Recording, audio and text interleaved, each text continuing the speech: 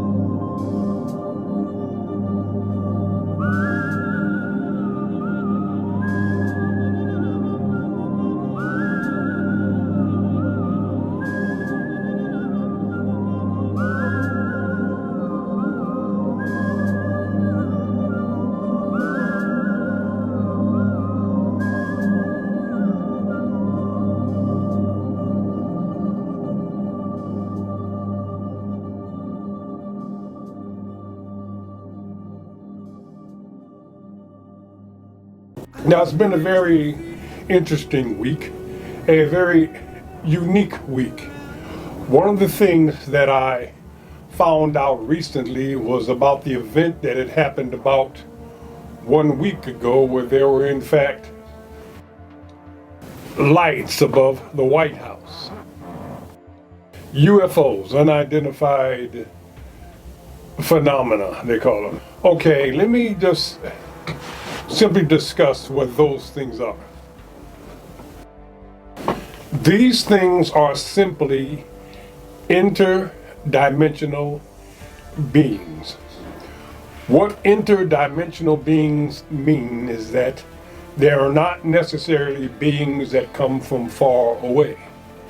We live in such a thing called dimensions, and in these dimensions, our brain allows us to only see certain things because there are certain aspects of reality that are cut off to us.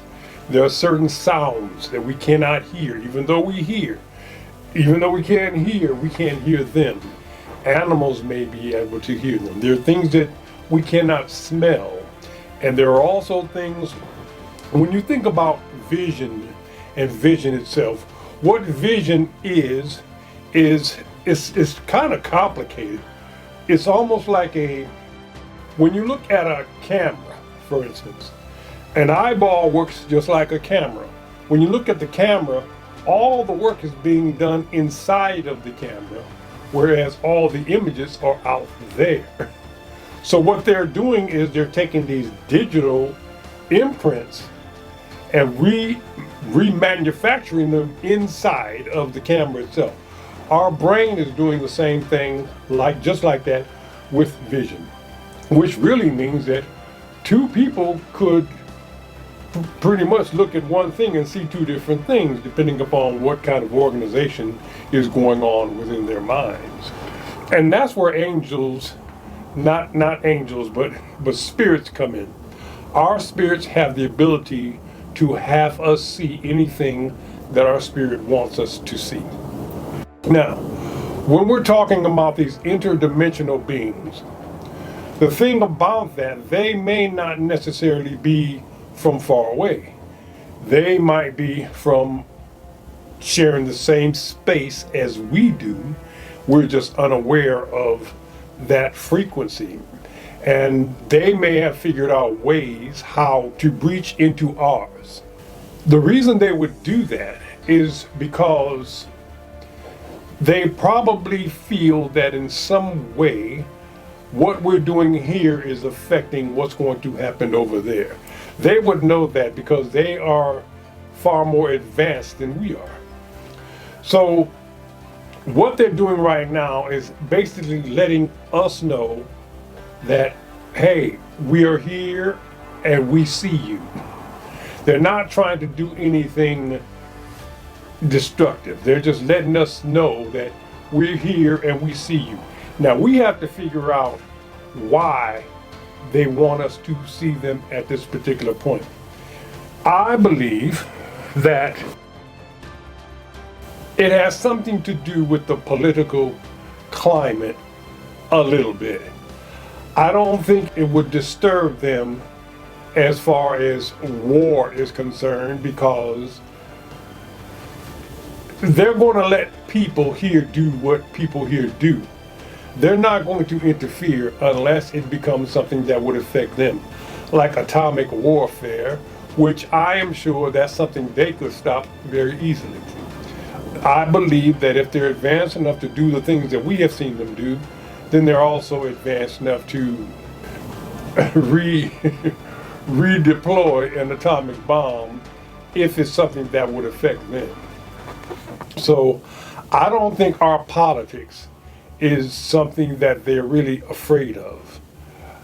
However, there is another component within us that I'm afraid that they might be concerned about. And that component is religion. Religion is a funny thing. You would think that religion would be the thing that would keep people peaceful. But I'm afraid that there are certain religions that believe in Scripture so much that if a Scripture said, hey, if you see something in the sky, it's a fallen angel. And if you see a fallen angel, then that represents the end times. Now, that kind of rhetoric could get us in a lot of trouble, simply because a lot of times when there is something negative that could happen, the mere fact that enough people react to it can make it happen. The craziest thing in the world would be for people to start interpreting these beings who were here before, long before we were ever here, to be misinterpreted as something demonic. It's almost as if we have been watching too many movies. And if there was something that bad, they would have done something to us a long time ago. So I don't have a very big problem with religion when it comes to people believing that they're going to heaven, and everyone else is going to hell. If that's what you want to think, I'll tell you it's a very selfish way to think, but if that's what you're going to think, as long as you don't let that affect other people, let's not get carried away with it.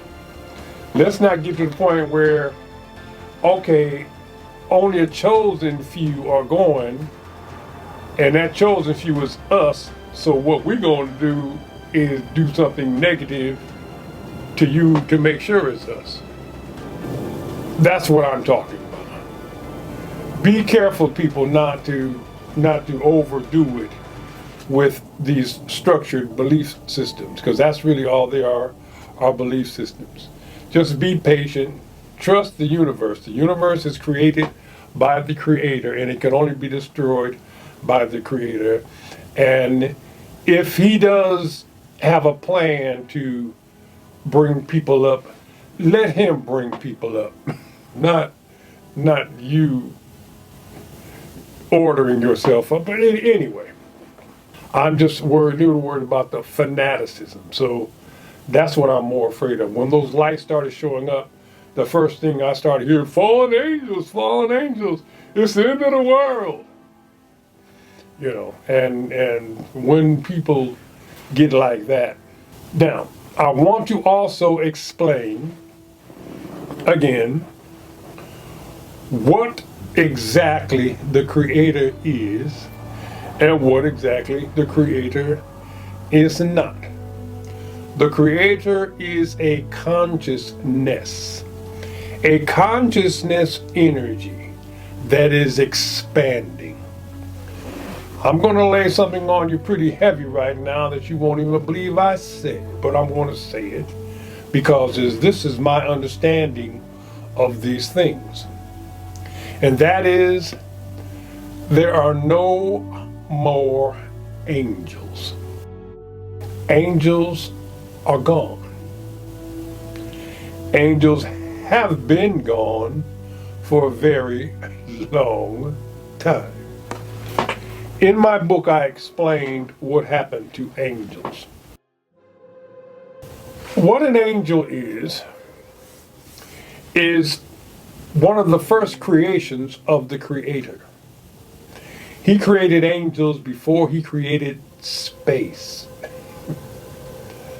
Matter of fact, well, not before He created space. He created angels right after He created space. But the problem with these beings that He created that were flying around in the ethereal realm is that they began to become a little mischievous because their existence was without purpose. And when you have an existence that's without purpose, you might start to do things just for the attention. Just so you can, I mean, if there's not, if you can do all the bad things in the world and there's nothing, no problem with it, well, you might just do bad things just for the Creator to pay you some attention. You know, it's like a little bad child who, I mean, when I owned group homes, it was a situation where when one person in the group home acted up, the other ones would sit back and wait until, I'm going to be next. As soon as it got quiet, ba-boom, you know. So the Creator realized that an existence without purpose is an existence that is bound to end up being destructive. So that's when he created a corporeal world of matter complex, meaning solid objects, meaning molecules with mass. In this creation, it took a lot of energy. Now, keep in mind, all you had were angels in a void at this particular time. The next thing you had was the Big Bang. The Big Bang was simply energy.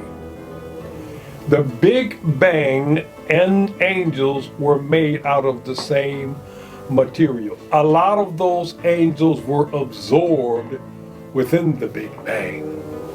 What people don't, it's hard to kind of imagine that a star, some of these stars out there are 500 times larger than our own sun. That's a ball of massive energy. In that energy is a civilization that we just don't understand. We're used to walking around here on earth and blah blah the way we do it, but that is a living thing. It just lives differently. We don't understand it. We understand that it's a lot. And it is a lot. Our place where we live is very calm compared to the nuclear reactions that are going on within a star. But that is in fact a life form. So stars in the heaven are simply an existence that we don't quite understand. But the Big Bang absorbed a lot of those angel spirits.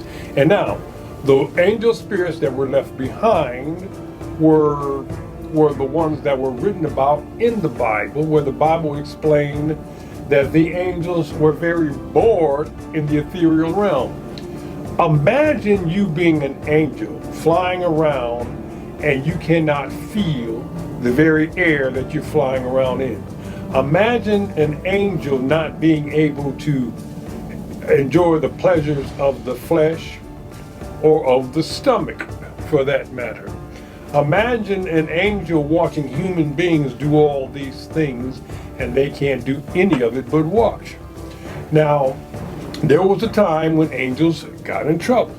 Angels got in trouble because God, the Creator, allowed those angels to come down and enter the bodies of man.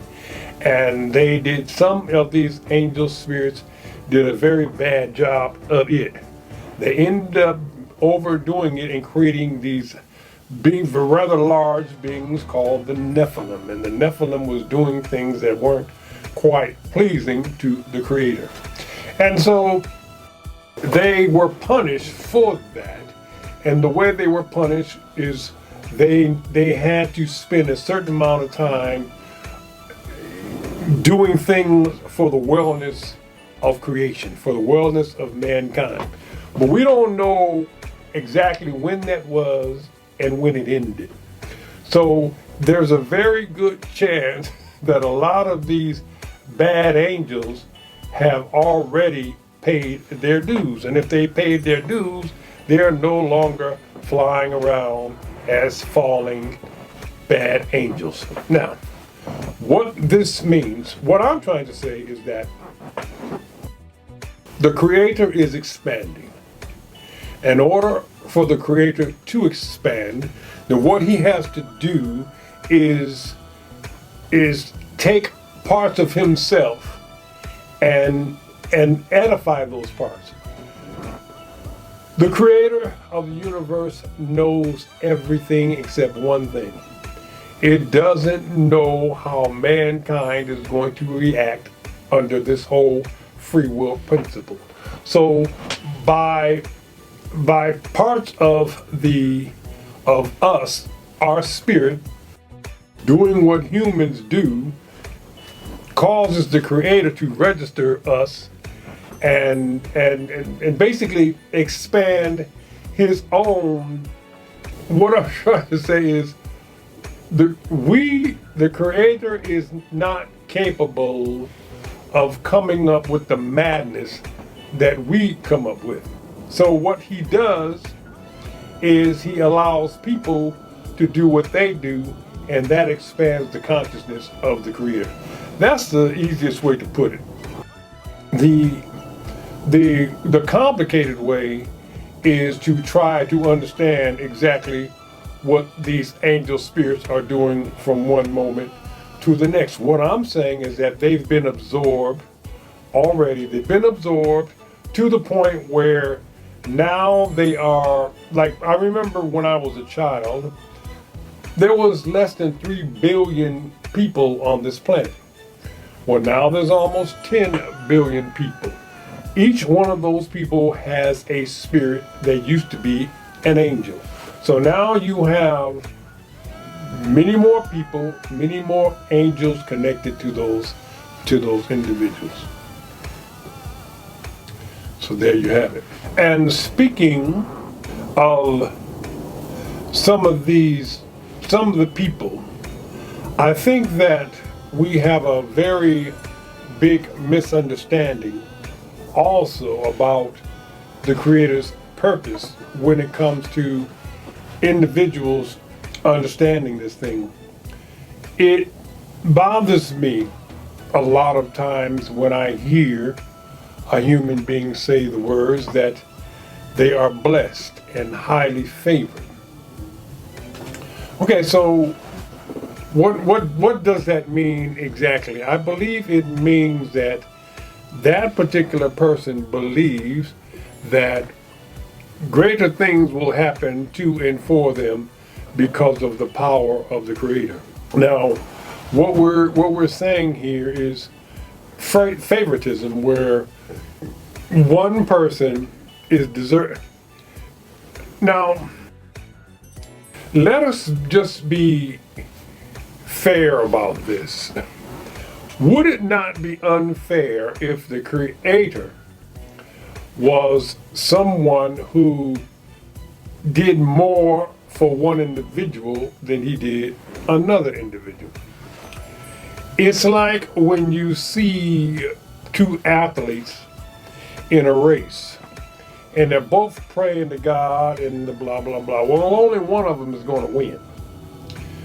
That means that that one was favored all over all others because he's allowing that person to win, and you have one winner and 10 losers.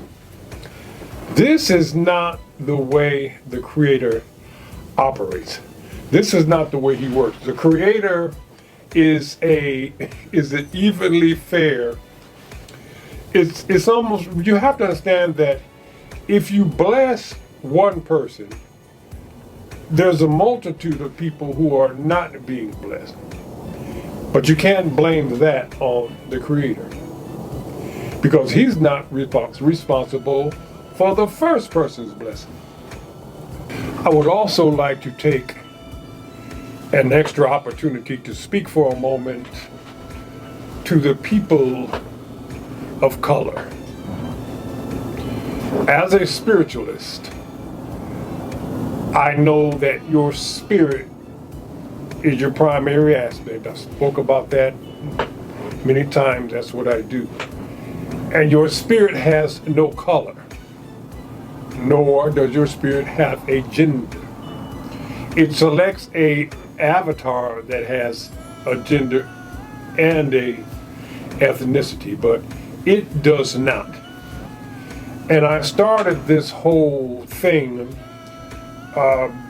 being neutral in both areas. However, When you are a black person, for instance, there is a certain built-in mechanism, regardless of what your spirit is. There is a certain mechanism that is built in, that's almost like a radar, and it's a very frightening kind of thing where you 5 people can be talking, but somebody might say something that may trigger the ethnicity of another person. I don't know if people do that on purpose or if people don't realize that they're doing that. Either way, it's a very uncomfortable thing for people of my particular ethnicity in this particular life. And when you are, before you are born, you select the ethnicity that you're going to be. I'm also certain of that.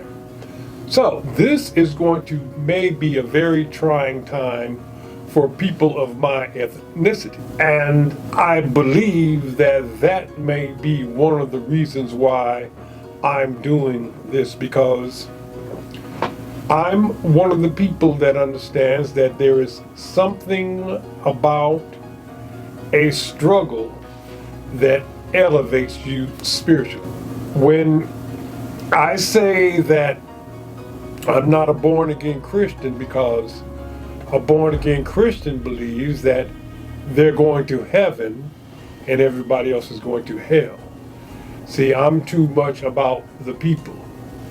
Well, I would feel the same way about ethnicity if one ethnicity thought that, hey, we were good and the other one was bad. It's the same thing.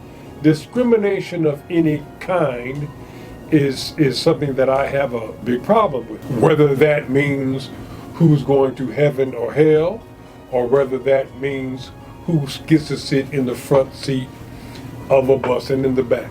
I might be crazy, but I would rather be who and what I am in a struggle than be the contrary.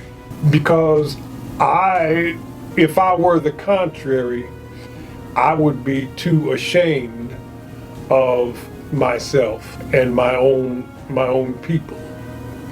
Just as I would be if I was a certain Christian that thought I was going to heaven and everybody was going to, I would be ashamed of my own people.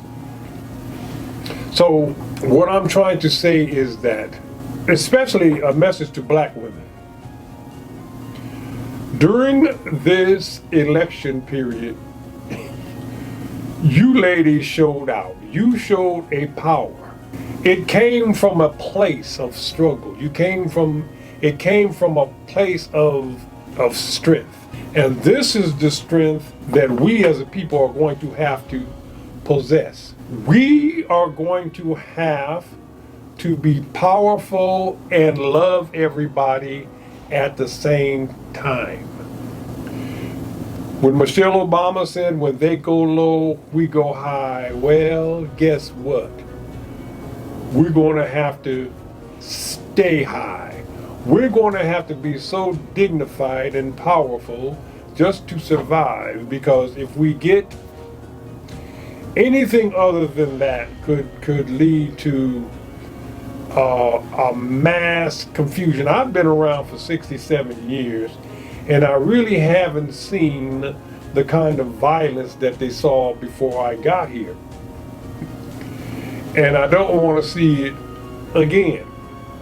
So what I'm saying is, we as a people are going to need to really raise our level of spirituality in order to get through the next 3 or 4 years or 5 years. But I guarantee you that in the end it will all come together for the good, as long as we are able to stay dignified and stay royal and stay regal and stay magnificent. Don't forget to tell somebody, I love you whether you like it or not. It's going to take a lot of love. It's going to take a lot of love and a lot of love songs and a lot of old-fashioned kind of taking us back to some of the days that we had. You remember how close we were, 40 and 50 years ago? Well, we were a very, very close-knit group then, and we're going to need all that camaraderie again, because we might have to tolerate a few things. I've heard some things on the internet where people are kind of getting a lot of little mouthy, and they're getting.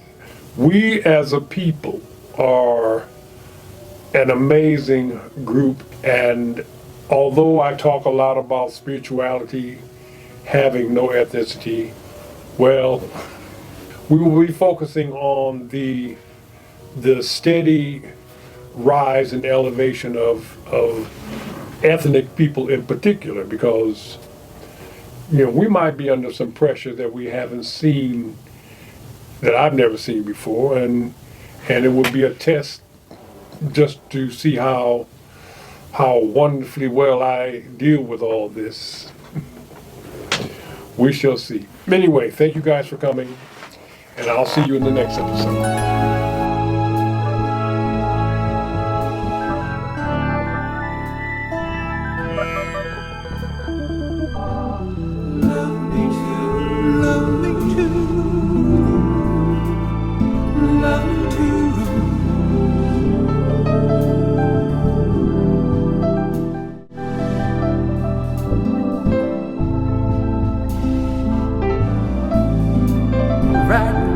Right there.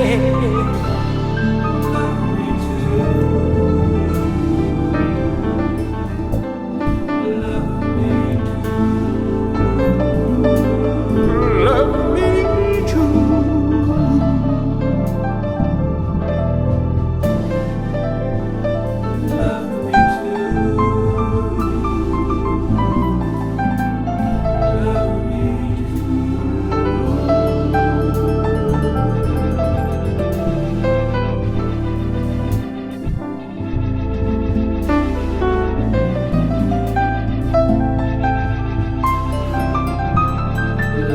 Yes, right there.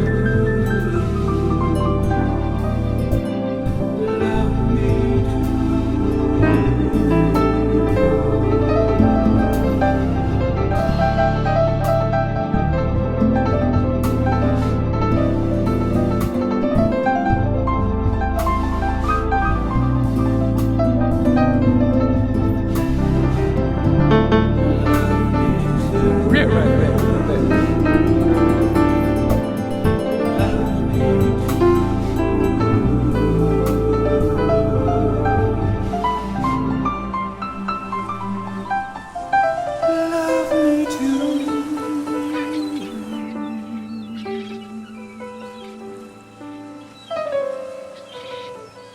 Subscribe and push the like button.